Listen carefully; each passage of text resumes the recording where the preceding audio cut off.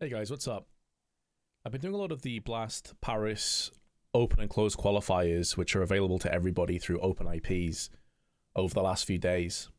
And I've been asked a lot of questions, but one that keeps coming up dozens and dozens of times, as I've got a fair bit of viewership from doing these, is people asking me, why am I not casting at big events? When am I going to be casting at big events again?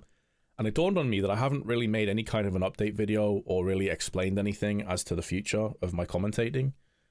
Pretty much since the video I made about ESL, which was over a year ago at this point. Now, I've streamed a ton. I've talked about a few things on stream, but I haven't really sat down and properly talked about things or discussed them in a way that's thorough. And so that's what I'm going to do today. This might be a fairly long video, but I'm going to try and keep it as concise as possible. And all I would ask is that you actually listen to the whole video and don't just take little bits and clips and run away with it. I've realized this in the past with some of the previous videos that I've done.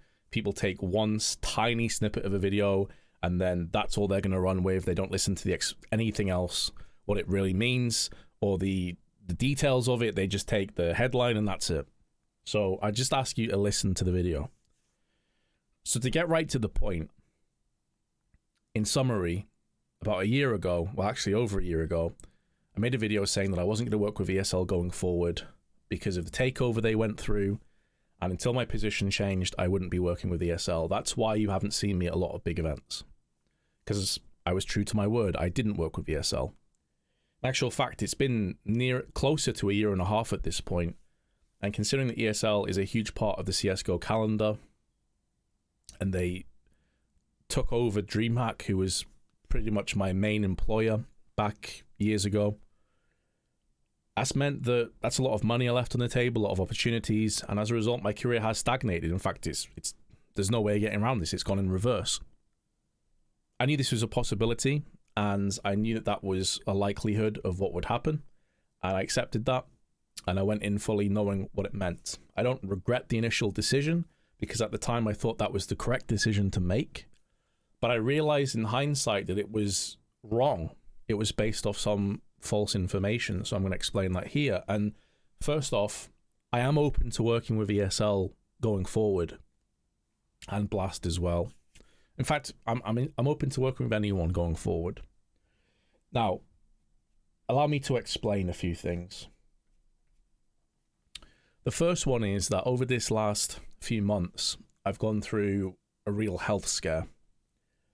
I'm going to make a separate video on this, so I'm not going to get into specifics of the process or anything like that. I'm just going to explain a couple of things. I got very ill, and a lot of things changed in how my body was functioning, and so I went to the doctors, and after a lot of testing, they thought at one point I might have cancer. And it would have been colorectal cancer, which is pretty damn bad, especially if they find it late. It's something that's on the rise, especially in younger people. It's typically something that only affects like 50-plus-year-olds, but it's becoming more and more of an issue as people have bad diets, and I certainly have had a bad diet for most of my adult life. Fortunately, though, after a bunch of tests, it turned out that I should be in the clear. There's a very low % chance that it's going to re-emerge anytime soon, or that it may, I shouldn't say re-emerge because it wasn't there in the first place, that it won't develop into cancer. There's a very small chance. I think my doctor said like a 0.3% chance he would estimate at like my age and all those kinds of things. So either way, I'm in the clear on that front, but there's still things that are not going right and I have to sort out through more testing and things of that nature. So you can probably imagine doing the tests was very uncomfortable, very unpleasant. Testing was done. Again, I'm going to explain everything in a separate video. You can probably imagine that waiting around for a month to a month and a half for test results and going through new tests and having blood taken multiple times and everything else was very stressful. And the waiting around for results was honestly incredibly difficult. And it really just woke me up and changed my perception on a lot of things. It changed my position on a lot of things. And since I found out about the fact that I might at one point have had cancer, and either way, I still need to sort myself out, I've done a complete 180 in many, many aspects of my life.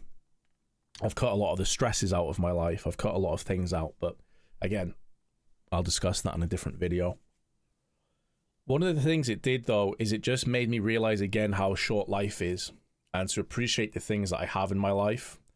And it changed my perception and the things that are most important to me.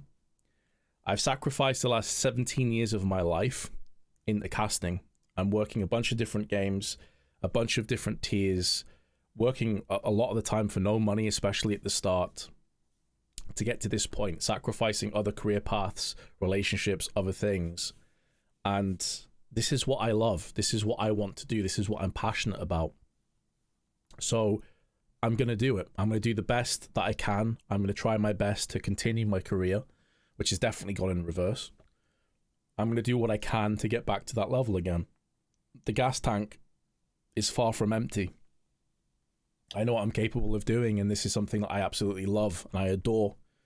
And it's so heartwarming for me that many people were asking me, when am I going to be back? And they really want to see me working at events again, especially big ones.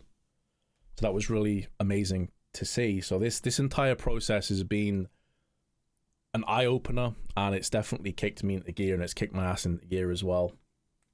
Now, the other part of that, additionally, though, is it's not just that.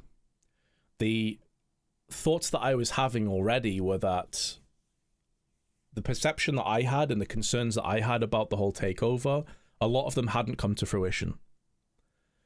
And when you combine that with what I just said, it really just shook me and made me realize, listen, I've just got to go for this.